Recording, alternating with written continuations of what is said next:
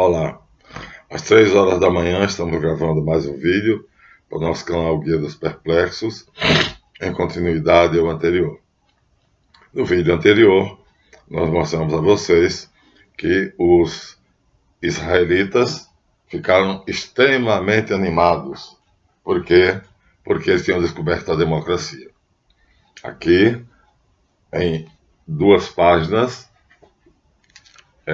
eles percebem que podem fazer com que o santuário de Nob seja legitimado, quer dizer, a vontade do povo. Todo o poder emana do povo e em seu nome exercido. Esse é o postulado da democracia que Platão diz que é a base da porcaria. Platão diz que a democracia é a escravidão da elite, porque o povo ignorante elege os piores. E a elite que sabe quem são os melhores tem que se sujeitar a essa situação. Esse é o argumento de Platão, eu concordo plenamente. Então, 90% ignorantes não conseguem saber quem é verdadeiramente digno e elege um homem. E aí, 2% de pessoas que têm bom senso serão obrigadas a obedecer às determinações desse ser que vai ser colocado ali. Isso é a democracia representativa. A escravidão dos inteligentes pela vontade dos burros. Essa é a declaração explícita de Platão na República. Mas estamos aqui e o povo está feliz, porque eles terminaram legitimando o santuário de Nob e deu certo.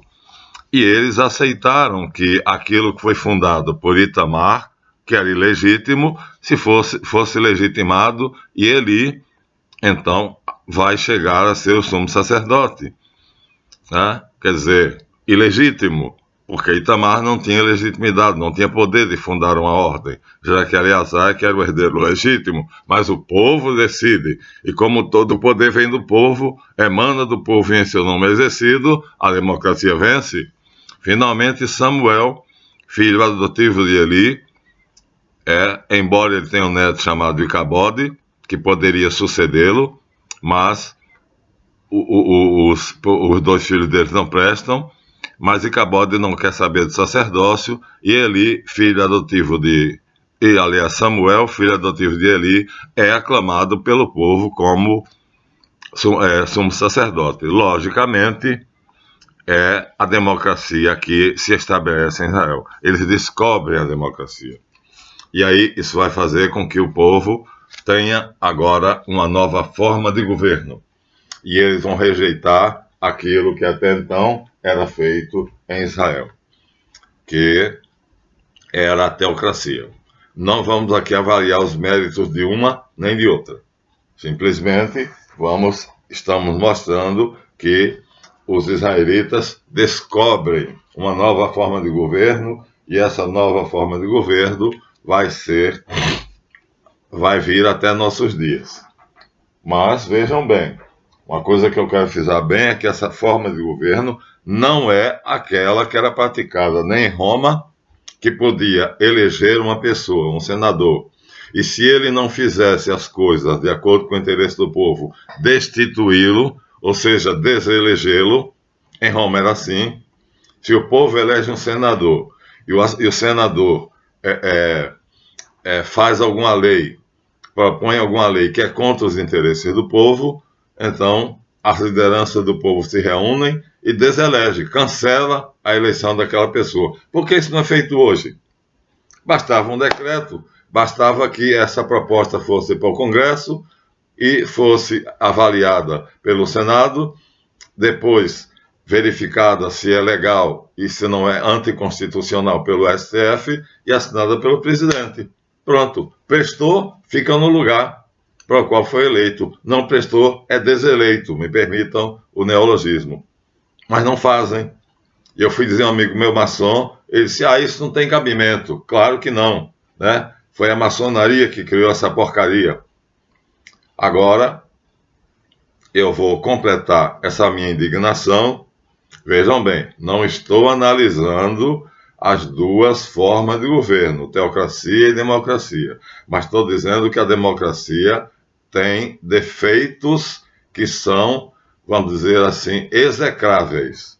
E aí, vou ler para vocês um presente que me chegou às mãos da minha queridíssima Marlete, que mostra, através de documentários, olha, o que eu vou ler aqui foi mandado por um sacerdote católico, que, com documentos modernos, consegue saber, e vai dizer aqui, o que foi que aconteceu de fato na época dos juízes, como foi que os juízes conquistaram Canaã. Pasmem, lá vai, hein? Padre Zezinho.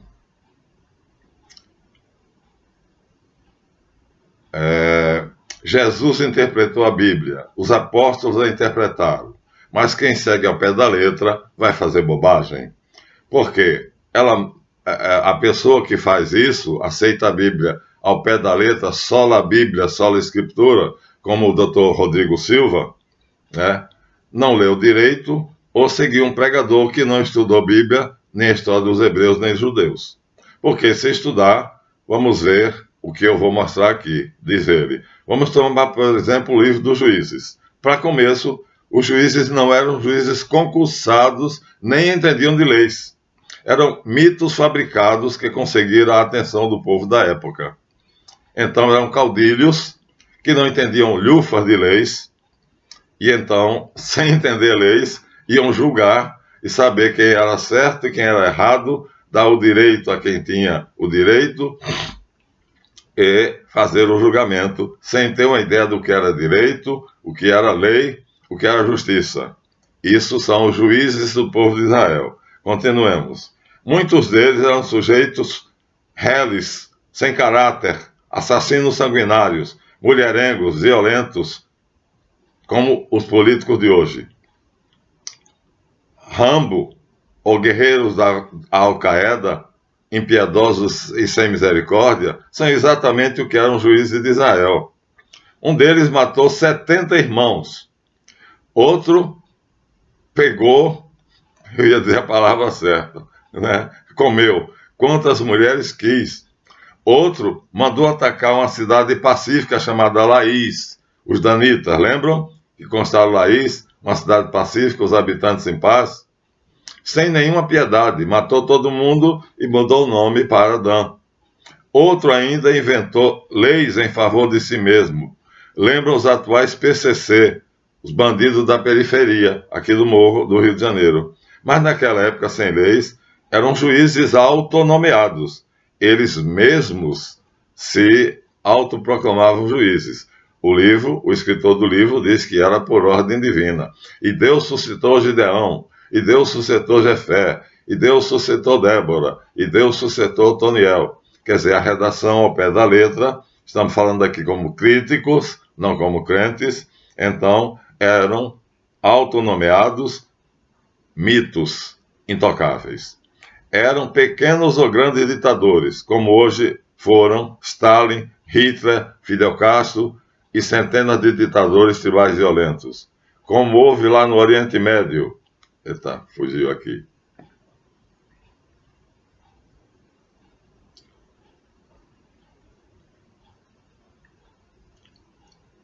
Subiu um pouquinho. Como houve lá no Oriente Médio. Na Ásia, na Rússia, na África e na América Latina. Tanto faz se eram de esquerda ou de direita. Criaram suas próprias leis e manipularam o povo à vontade. Também eram como os cartéis da droga, traficantes e mafiosos. Criaram novas leis, inventaram outras. Mas, como sempre, o povo não era contado, não era levado em conta. Essa é a verdade histórica sobre os juízes, viu, minha gente? Será sempre usado, massacrado por eles. Não suportam liberdade. Hoje, alguns políticos usam crucifixo no peito e Bíblia na mão. É a bancada evangélica, que não usa crucifixo. Defendem a própria família e pouco ligam para a família dos outros. tornem a ler, e se não leram ainda o livro dos Juízes, façam isso. O triste é que cruéis e violentos como modelos, como os Gideões, heróis ou santos, de heróis ou santos não tinham nada, mas há pregadores que nos púlpitos, padres, pastores ou rabinos, os exaltam como exemplos de seres que Deus elevou a essa qualidade de líderes do seu povo Israel. Javé. Vitória a qualquer preço, em nome de Javé. Releia sua Bíblia, para ver como acabam as leituras erradas da Bíblia. Gedeão, Abimeleque, Sansão, Jefté e tribos como os benjaminitas. Eram selvagens, que usavam o nome de Javé para seus próprios interesses. Como hoje, os políticos e os sacerdotes, os pastores e os rabinos. Aprendam a ler a Bíblia do jeito certo. Então agora nós estamos falando como crentes. Há um jeito certo de ler. E esse jeito é o que o crente tem que descobrir. Para não seguir o primeiro pregador de TV, de acampamento ou de templo que fale bonito. Esse aqui o povo diz, como ele fala bonito. Em vez de dizer, ele fala a verdade. Não interessa ao povo se ele fala a verdade. Interessa que ele fale bonito, como o Leandro Carnal. Dizendo que Deus quis isso, quer aquilo, eu prometo que farei isso, onde vai ele dar o dinheiro para fazer aquilo, ele não tem a menor ideia. Portanto, de novo nós dizemos, ler o livro dos Juízes mostra porque devemos estudar a Bíblia. E só seremos crentes se estudarmos a Bíblia cuidadosa e minuciosamente, como estamos fazendo nessa série. É para não imitar o povo daquela época que mitificavam tudo e eram crentes e democratas. Eles também não eram nem de esquerda, nem de direita, nem de centro, nem de Deus. Queriam poder a qualquer preço e usavam Deus para fins políticos. Estamos falando de hoje? Estamos falando do ano 1200 a.C. Não há diferença, o homem não mudou.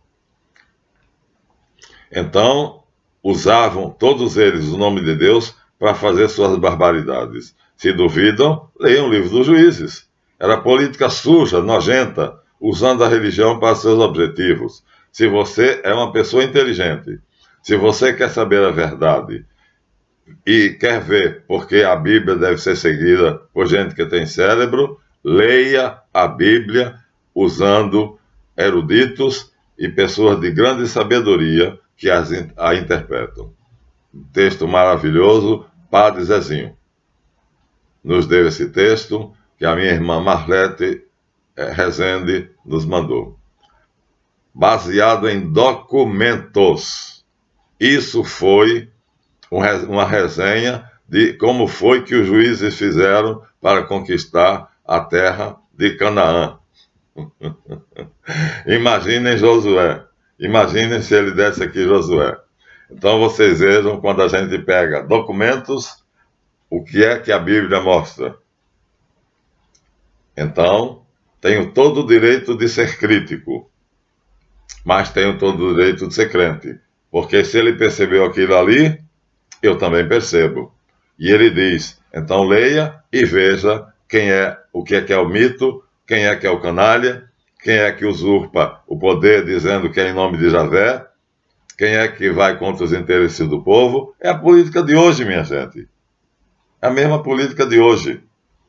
E isso ali é teocracia, não é democracia. Nós falamos de democracia no início, mas agora estamos comparando com a teocracia, porque o juiz se autoproclamava juiz, em nome de Javé. Javé me constituiu juiz, e assim era. Ou seja, tanto a teocracia quanto a democracia vai terminar botando na cadeira do poder pessoas bárbaras, cruéis, manipuladoras, sejam da religião judaica, sejam da religião cristã, sejam cristãos católicos, sejam cristãos protestantes. Então, só temos uma coisa a fazer. Se você quer ser verdadeiramente um crente, se você quer ler esse livro e saber o que é que há de verdade nele e crer nele de todo o seu coração, procure os eruditos, procure os entendidos. Leia a crítica textual, leia a crítica exegética E aí você vai ter condições de ler a sua Bíblia como ela deveria realmente ser lida. Não é o que a maioria faz, não é o que os pastores protestantes fazem, não é o que a hierarquia católica faz, não é o que os rabinos fazem. Nos enganam o tempo todo. Então isso aqui, não estou puxando nem para um lado ou para o outro. Estou dizendo que a teocracia dos juízes era uma merda e que a democracia que Israel descobriu era uma bosta. Então, o problema não é o sistema, o problema é o povo. O problema está no homem, que no Eclesiastes diz: o pensamento do homem, desde o seu nascimento até a morte, é a inclinação para o pecado. Porque o coração humano é volúvel e o que ele deseja é o mal. E Jesus Cristo vai dizer no Evangelho: ora, se vocês, homens que são maus, dão aos seus filhos pão e não pedras, peixes e não serpentes ou escorpiões, quanto mais o Pai Celeste. Eu fiquei chocado quando li isso. Jesus Cristo diz claramente: se vós que sois maus, não tem como sair. Então é desse povo mau que vão surgir as autoridades. É do meu filho que, avançando um sinal, deu a volta e veio corromper o guarda com a nota de R$10 na época, hoje seria 40 ou coisa dessa natureza. É daí que vão surgir os políticos. E também, naquela época, era daquele povo bárbaro, era dos caudilhos, dos tiranos, que tinham coragem de se proclamar autoridade, que vão sair os autocratas, que vão sair os teocratas. Então, gente, chegamos à seguinte conclusão: o problema é o homem. Mas vamos agradecer aqui aos nossos alunos do Colégio dos Magos Caldeus, 12, fazendo seus donativos, desejando e pedindo a Javé a saúde de Jane Fátima, que me pediu para orar por ela. Jane, estou contigo. Minha mente e meu coração, nesse momento, está aos pés de Deus, pedindo por você, pela sua recuperação, porque eu tenho certeza que a sua cirurgia foi um sucesso. Agora estou esperando que na sua convalescença, como você me prometeu, sua filha entre em contato comigo e me diga: minha mãe está bem, ainda não pode se comunicar com o senhor, professor, mas logo, logo ela própria pegará o celular e vai se comunicar contigo. Assim eu creio, assim eu espero, porque creio no verdadeiro Deus, Pai de nosso Senhor Jesus Cristo, e em Jesus Cristo, o seu Filho único. Eu sou crente, eu creio, mas eu creio porque eu tenho o discernimento de escoimar da Bíblia, de tirar da Bíblia os tiranos, os teocratas que são incapazes, que não entendem de leis, que se autoproclamam. E também não vou em busca dos democratas que são idiotas, porque com 2 ou 3 atos de sucesso, eles já acham que pronto, encontraram a pólvora, a democracia é o certo. E aí nós vamos ver a coisa absurda aqui em 2 livros, mostrei a vocês na vez passada. Nesse livro, o padre Frederico Dutra diz que quem sucedeu o sacerdote Eli na comunidade de Nob, sumo sacerdote, não foram seus 2 filhos Finés e Ofni, nem o seu neto Icabode, mas foi Eli. E nesse outro livro, o mesmo padre Frederico Dutra diz que quem sucedeu a Eli foi o seu neto Aquitobe. Porra, me desculpem o palavrão, mas ou uma coisa ou outra. É o mesmo padre Dutra que eu respeito muito. Mas padre Dutra, ou foi Eli, ou foi Aquitobe. Eli, filho adotivo, ou foi Samuel, desculpa, o Aquitobe. Samuel era filho adotivo, Aquitobe era neto. Então, em vez de Icabode, então havia outro neto Aquitobe que aceitou o sacerdócio. Agora, padre, que você me diga num livro escrito pelo senhor, veja só, eu lhe respeito muito, mas nesse livro o senhor diz que quem sucedeu Eli foi Samuel. E nesse outro livro escrito pelo senhor, o senhor diz que quem sucedeu Eli foi seu neto Aquitobe, que também era neto como Icabode, mas o neto mais distante. Então, gente, tudo isso temos que saber. E para saber, temos que estudar. E o católico é preguiçoso. E o protestante é bobo. Porque ele decora capítulo, versículo e cita feito papagaio.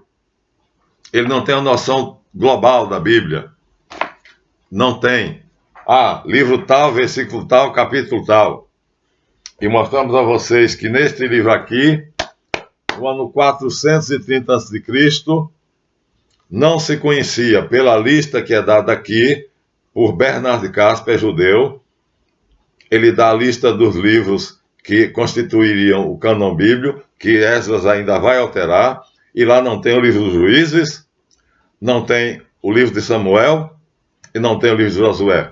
O que significa que 430 anos antes de Cristo, esse livro não era conhecido, logo não existiam. Vão ser escritos 300, 200 anos depois. Ou seja, 600 anos antes desses acontecimentos supostamente terem acontecido. 600 anos antes, minha gente. Então, supostamente, Josué e Juízes aconteceram lá pelo ano 1200. Samuel está nessa época também. E aí só vai ser escrita a história de Josué, dos Juízes e de Samuel 600 anos depois. Baseado em quê? Só Deus sabe. De onde surge Josué? De onde surge Samuel?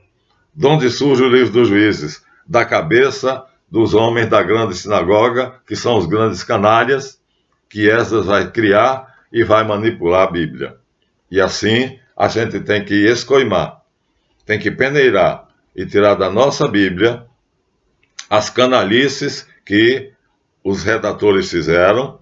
Acreditamos que J fez pouca besteira, que é o escriba de Salomão, são dois, que o Eloísta fez mais besteira ainda, porque diz no Êxodo 6 que Javé nunca se revelou com esse nome a Abraão, nem a Isaac, nem a Jacó, mas em Gênesis 28 ele diz: aparece um homem na escada e diz do alto da escada para Jacó: Jacó, eu sou Javé.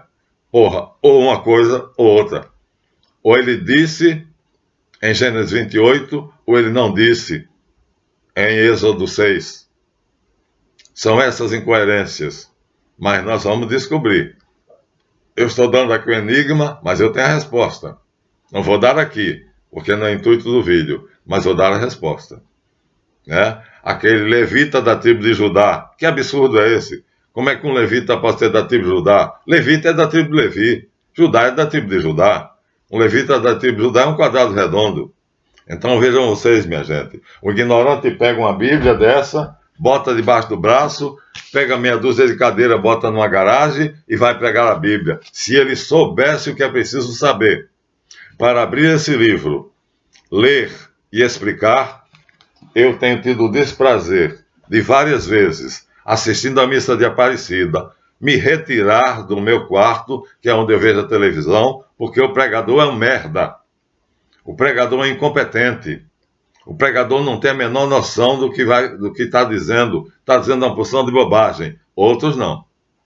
Outros são competentes, capazes, me dão lições que são guardadas na minha memória e acolhidas no meu coração. Então não são todos. Por isso que a gente tem que separar o trigo do joio, o joio do trigo. Tem que fazer a crítica textual, a crítica exegética, né? Tem que fazer a crítica, vamos dizer assim, se o autor era exatamente uma pessoa que tinha qualificação, porque Josué, Samuel e os reis surgem do nada, da cabeça de um canalha chamado Esdras. Como é que eu posso confiar nesses 3 livros? Me diz. Vocês vão ver quem é Esdras. Daqui a pouco estaremos nele. E é da cabeça dele que vai sair. Porque nós vemos que no relato que a turminha dele dá, já li para vocês, a turminha dele dá o relato dos livros que chegaram à mão dele. E dizem simplesmente que os livros são Ruth, Salmos, Jó, Provérbios Eclesiásticos, Cântico dos Cânticos ou Cantares, Lamentações de Jeremias, parte de Daniel, Esther, Esdras e Crônicas. Crônicas já escrito por Esdras e aqui Esdras e Crônicas. Já ele, já aqui, já escreve 2 livros. Mas ele vai continuar, vai meter a mão e vai fazer o quê? Junto com outros homens da grande sinagoga, Recal, a sinagoga de Satanás, ele vai escrever mais ainda. Vai fazer outros livros, que seria Ezequiel, os 12 profetas, tudo que está escrito nos profetas é escrito pela sinagoga de Satanás. Vai completar o livro de Daniel, vai fazer Esther. E vai retocar o seu livro, dividindo em 2, Esdras e Neemias. Aqui está dito por eles. A página é 26. O livro é de Bernard Casper. Então, é eles mesmos que confessam. Pronto. Então, eles não sabem nem mentir. Eles são tão incapazes, tão incompetentes, que eles fazem uma mentira tão mal feita, que graças a Deus, por ser mal feita, nós conseguimos detectar com facilidade. Não precisa nem usar lupa. O que eu dei, os pequenos exemplos que eu dei aqui, são apenas alguns espaços. Não é? Então, o nome de Moisés já mostramos, né? Misi, porque Misi quer dizer filho. E filho de quem? Filho da puta? Porque tem que ser filho de alguém. Ramoses é Ramizi. Tutimoses é filho de Tuti.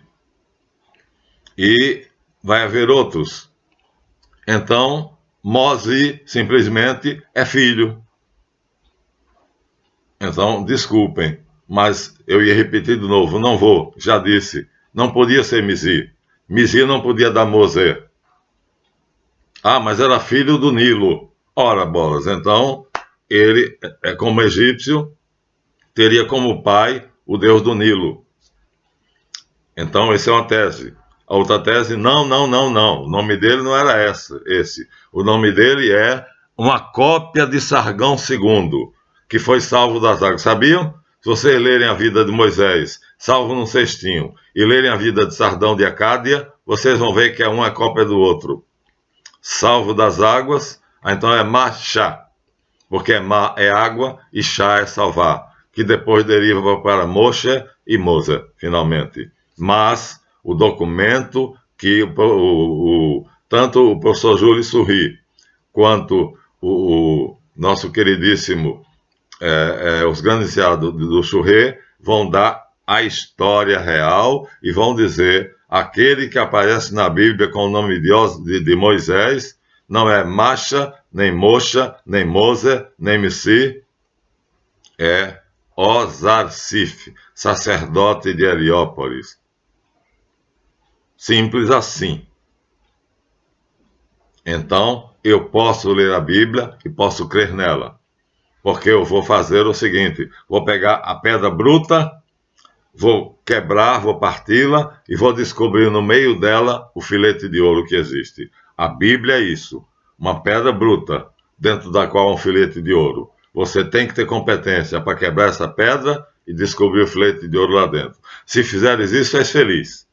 Se não fizeres, és maldito. Porque estará papagaiando feito os protestantes, que sabem tudo o que é capítulo e versículo de cor, mas o verdadeiro sentido do texto escapa. Dizem que a Virgem Maria foi um qualquer. Dizer que a Virgem Maria foi uma mulher qualquer, o padre Leonardo Boff chega a dizer, o idiota do Boff, chega a dizer que Maria era como uma mulher do morro, deveria, se hoje vivesse, estaria com uma lata d'água na cabeça, carregando água da nascente lá, ou da SEDAI, para dentro de casa. Ora, vá pra merda. Não é à toa que o Vaticano te excomungou, idiota. E aí chega uma porção de estúpidos iguais a você, o seu time, lhe cerca e faz de você um herói, porque você resistiu ao poder do Vaticano. Eu estou resistindo ao poder do Vaticano, mas não sou herói. Nem fui excomungado. E todos os meus vídeos estão aqui. Então você queria aparecer.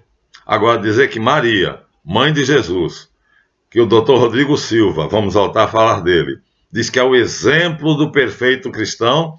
Você diz que se hoje ela existisse, estaria carregando uma lata d'água na cabeça no morro. vai pra merda, vai catar coquinho. Mas quem faz sua fama? Sua turma. Claro, né? Por quê? Porque eles querem que a mentira prevaleça. Eles querem que os carnais da vida e outros idiotas semelhantes passem por grandes homens. Assim, creio na Bíblia, mas naquela Bíblia que foi escoimada, que foi peneirada, que foi criticada, usando os maiores críticos literários, os maiores peritos em cultura hebraica, os homens mais entendidos em exegese, em crítica textual, e baseado no trabalho hercúleo desses homens, que a Bíblia da Testemunha de Jeová merece valor, porque Westcott e Hort são dois especialistas que fazem um programa de computação para tirar da Bíblia as excrescências, assim como o livro de J. David Rosenberg, Harold Bloom, assim como o nosso querido Júlio Sorri. Não falta quem tente tirar da Bíblia aquelas coisas que, como ali está, e a maioria não sabe,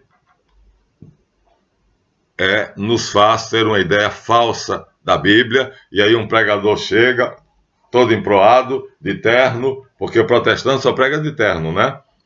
Ele acha que a aparência é tudo. O protestante tem que ser moralista. Aliás, eu acho que o protestantismo não é religião, é apenas uma moral. Isso é a opinião minha. Porque o ritual deles é só cantar, ler a Bíblia, explicar. Cantar, ler a Bíblia e explicar. E eu fui a 2 cultos protestantes. E a explicação que eles deram era uma bosta. Era uma bosta. E eu levantei o dedo e disse para um: o que você está dizendo é uma besteira. Ele disse: então vem explicar. Eu fui e expliquei. E ele me odeia até hoje. Porque a explicação que eu dei convenceu toda a plateia. A plateia dele se voltou para mim e disse: queremos que o senhor continue falando mais para a gente. Perdeu, malandro. Perdeu, mané. Me deu a palavra, se fornicou. Deixou eu abrir a boca, se fornicou. O outro foi mais esperto. Fui lá, porque minha esposa está frequentando, e quando eu pedi para falar, o de cá já tinha ido por de lá. Não podemos, porque nós temos um script a seguir, nós temos uma dinâmica, nós temos um planejamento, e o senhor não está incluso nesse planejamento. Espertinho, né? Espertinho, né? Por que não deixa eu falar? Porque tem medo. Tem medo da verdade. E ele sabe que dessa língua só sai a verdade. Creio na verdade da Bíblia. Creio sinceramente que esse livro contém um filete de ouro que é a mensagem de Deus. E eu sei qual é essa mensagem. Ama o teu próximo de todo o coração e ama o teu Deus acima de todas as coisas. Simples assim. Não façais ao outro o que não quereis que vos façam. Essa é a mensagem. Dita em quantas páginas? Centenas de páginas. Mas olha, tão simples de reduzir. Mas a mensagem de Deus é em linguagem humana, disse Leão XIII. E é a linguagem humana que vai fazer com que a gente tenha o direito e o dever, de Leão XIII. Não somente o direito, mas o dever de verificar o que é que está aqui de certo e o que é que está de errado. E nós podemos, porque eu consigo. Eu consigo, com a graça do Espírito Santo, porque São Paulo diz: somente quem tem o Espírito Santo é capaz de penetrar nas profundezas de Deus. E graças a Deus, quando o Espírito Santo se move em mim, eu pego a minha Bíblia e vejo claramente, com a luz mais luminosa, o que é certo e o que é errado. Não preciso decorar capítulo, nem versículo, nem sair por aí feito papagaiando. Nem preciso também vestir aquela indumentária do tempo dos profetas para parecer que eu estou na Idade Média e fazer os sínodos e os congressos. Parece que nós estamos fora do tempo. Nada disso é necessário. Preciso só disso, ó, uma camisa que vista meu corpo e uma bermuda ou uma calça que vista minhas pernas. Só isso. Não preciso de luxo, não preciso de nada. Simplicidade, humildade, principalmente um amor incoercível, um amor totalmente devotado à verdade. A verdade vos tornará livres. Procurem a verdade na Bíblia. Leiam a Bíblia. O que eu estou dizendo aqui não é para desanimar vocês.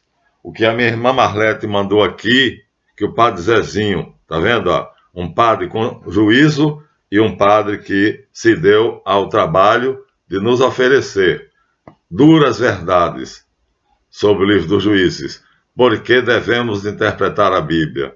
Porque não devemos ler ao pé da letra. Está aqui, minha queridíssima irmã Marlete, fico lhe devendo, um sacerdote católico, decente, que como eu e outros, eu não sou único, fizeram a exegese bíblica, tá vendo, ó, em vários, ó como é longa, ó, tá vendo, ó, é longa, está assinado por ele lá no início, Padre Zezinho.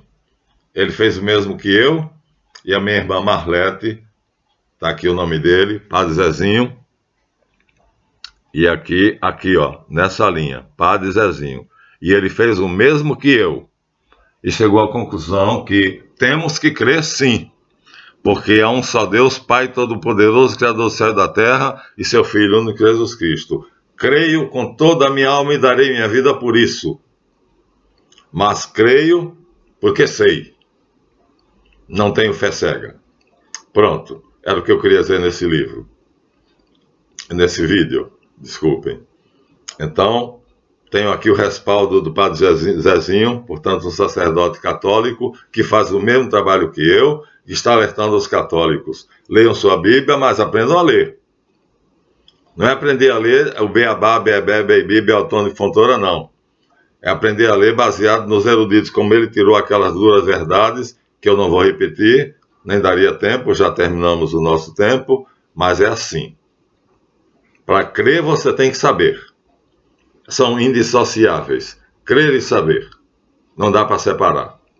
E assim, dizendo a vocês, creiam, mas não aceitem a fé cega. Cuidado com os incompetentes. Cuidado com os aproveitadores. Cuidado com os manipuladores. Cuidado com aqueles que aproveitam a palavra de Deus, na verdade, em palavras de homem, as mensagens de Deus, melhor seria dizer, em palavras de homem. Cuidado com eles. São lobos em pele de cordeiro. Não se deixem devorar por essa matilha. Procurem a verdade. Jesus é verdade e vida. E você conseguirá encontrar Jesus na Bíblia. No Antigo Testamento e no Novo Testamento. Ué, professor Marlan, mas Jesus está no Antigo Testamento? Sim. Ele diz na discussão com os fariseus, Abraão viu minha face e se alegrou. Ora, se Abraão, que é lá do Antigo Testamento, viu a face de Jesus e se alegrou, ele já existia lá no Antigo Testamento. Jesus é eterno. No pensamento de Deus. É um pensamento eterno de Deus. Entenderam? Então, sejam crentes. Creiam, minha gente, porque a vida sem fé é uma desgraça. Na hora da morte, se você não crer, você ficará desesperado. É o que a maioria das pessoas fazem. Quando está diante da morte, desespera. E, quando crê tranquilamente e morre suavemente, como Francisco de Assis, que bradou da sua cama para os seus irmãos, olhando e já vendo a face de Jesus, abraça-me, Senhor, abraça-me, Senhor. É assim que eu morrerei, se Deus quiser. Na última hora, antes de exalar o último suspiro, como Francisco de Assis, que é reconhecido como santo patrimônio da ecologia, até pelos ateus. Eu vou ver a face do meu Senhor, com esses olhos e não com outro, e vou dizer no leito de morte, Senhor, leva-me contigo para o teu reino.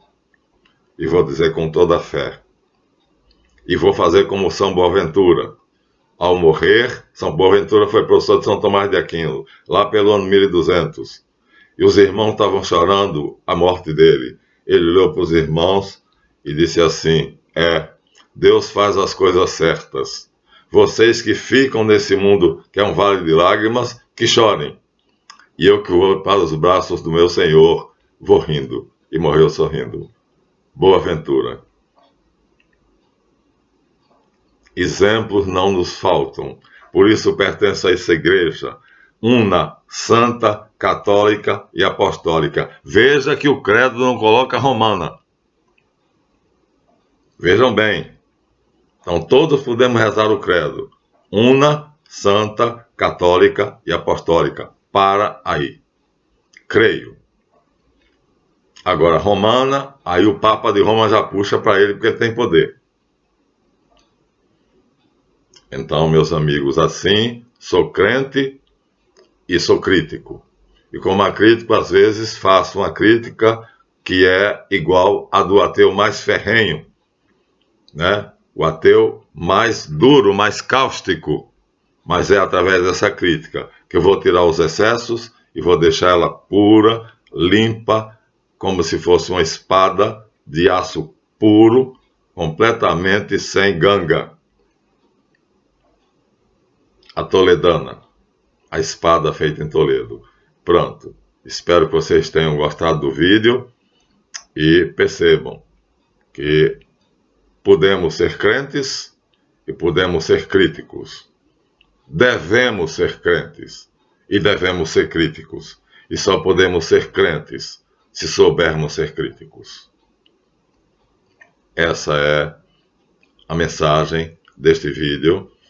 Agradeço a todos os que viram. Não se esqueçam de dar o seu like. É importante, né? O dedinho. E até o próximo vídeo.